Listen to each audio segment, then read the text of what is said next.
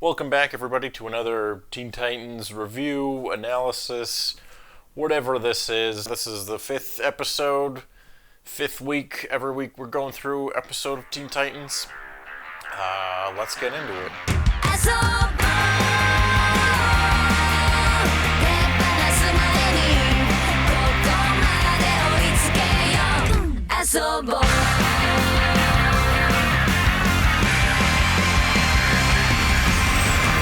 This is Season 1, Episode 5, Sum of His Parts. This episode was written by David Slack and directed by Alex Soto. This is a Cyborg episode. Cyborg's played by Carrie Payton, who's in a bunch of stuff. I know him mostly from this. He also plays Aqualad in Young Justice, and he's voiced Cyborg in some various other incarnations, post-Teen Titans as well. And he's in a bunch of other stuff. He's great. He brings a real energy to the character that really makes him likable and fun to, hang out with. I want to hang out with Cyborg. He just seems like a cool dude, which adds a really nice balance to the sort of more, brooding, I'm a monster types of stories that Cyborg traditionally gets. That's sort of the main pathos of the character. He's part machine. He's dealing with figuring out who he is. That's sort of what we get into in this episode.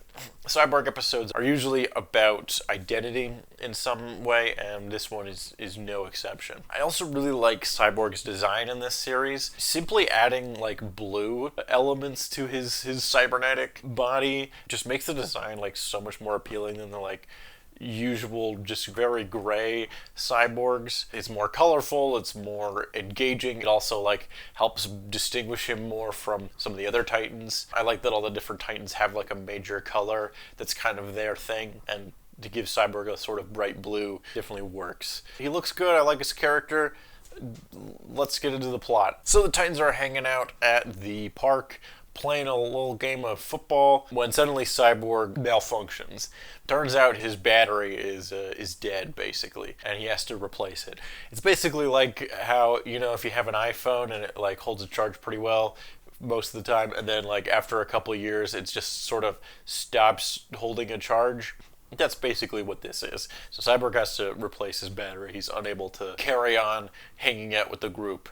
He also has a brief interaction with this little kid who has a prosthetic arm and clearly idolizes Cyborg on some level. He mentions how, hey, look, we're the same because we both use prosthetic limbs and have a physical disability, which kind of sets up part of the theme of this episode.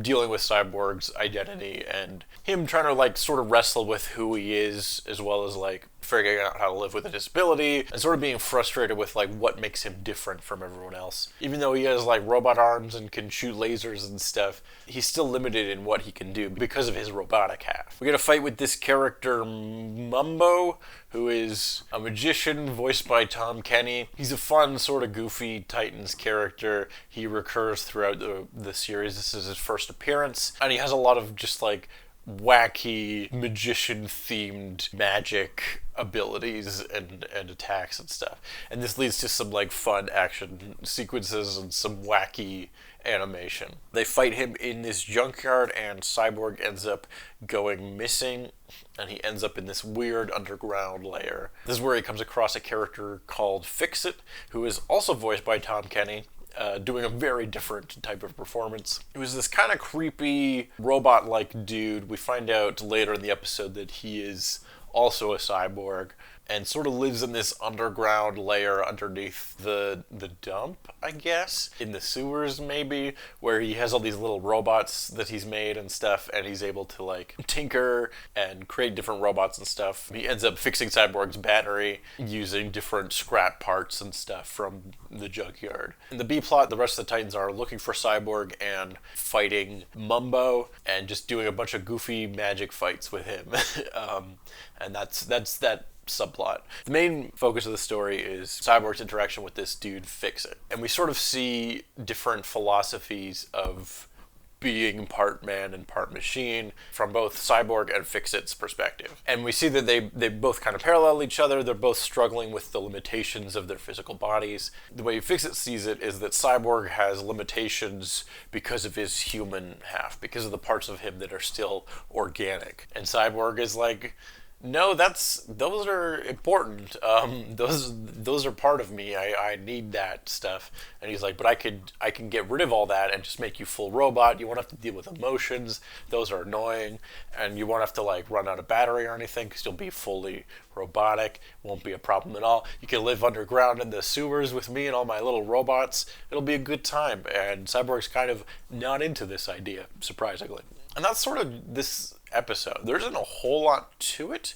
It's mostly just like Cyborg meets this creepy, weird robot guy underground who's trying to make him into a full robot, and he's not into that. Eventually, the rest of the Titans find where he is. We get a kind of cool fight that's underground, and they do some kind of fun stuff with the lighting, where Starfire's like green energy blasts are the only thing that's like lighting this underground area. So there's some kind of fun action with the green lighting and stuff. Cyborg's trying to break free of this dude who's trying to turn him from a half robot to a full robot. At one point, Cyborg pulls out his clothes and reveals he has this like weird, gross alien organs going on underneath the cloak. Kind of like the Ghost of Christmas Future in Scrooged, who just has like weird, creepy demons under his cloak.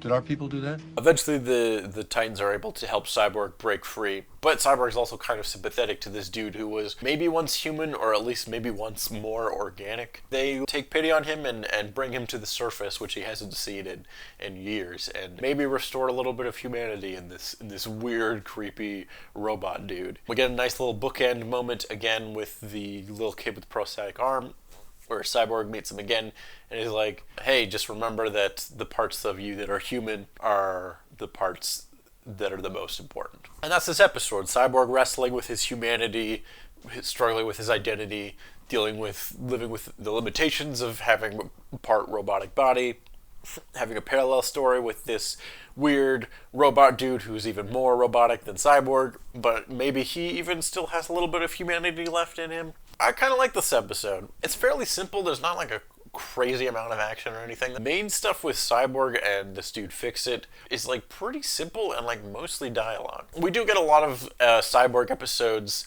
later on in the series that delve into very similar themes, and I think some of them might do these type of ideas a little bit better, but I think this one is still pretty strong. Also, first appearance of Mumbo, so that's kind of significant. He shows up a bunch of other times. I don't know if we say Fixit again. He might have like a cameo or something, but he doesn't really come back in any like major way. What else? A couple other little things. We get another Gotham City reference. Early on in the episode when the Titans are playing a game of football, Beast Boy is like counting 1 Mississippi, 2 Mississippi, but instead of Mississippi, he's using Gotham City, so it's like 1 Gotham City, 2 Gotham City. Fun little Easter egg there. They don't do that as often later on in the series, but there's a fair number of references to Gotham and the wider DC universe in this first season, so that's kind of interesting. The kid with the prosthetic arm that Cyborg has a nice character moment with is voiced by Tara Strong, who also plays Raven in this show, and she's kind of just doing her Ben 10 voice, which I think is fun. Cool.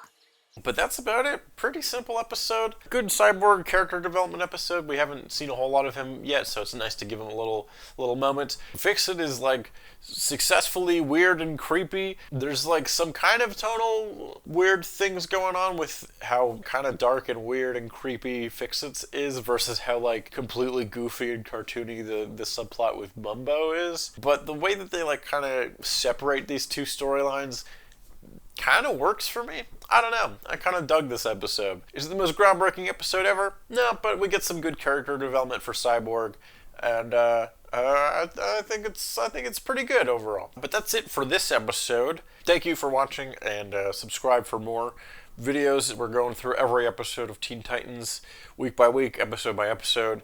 Next week is Nevermore. That's a Raven episode, so it's gonna be good. If you like this, give it a like, subscribe, hit the bell to find out when more videos are coming out. And thank you again for watching, and we'll see you next time.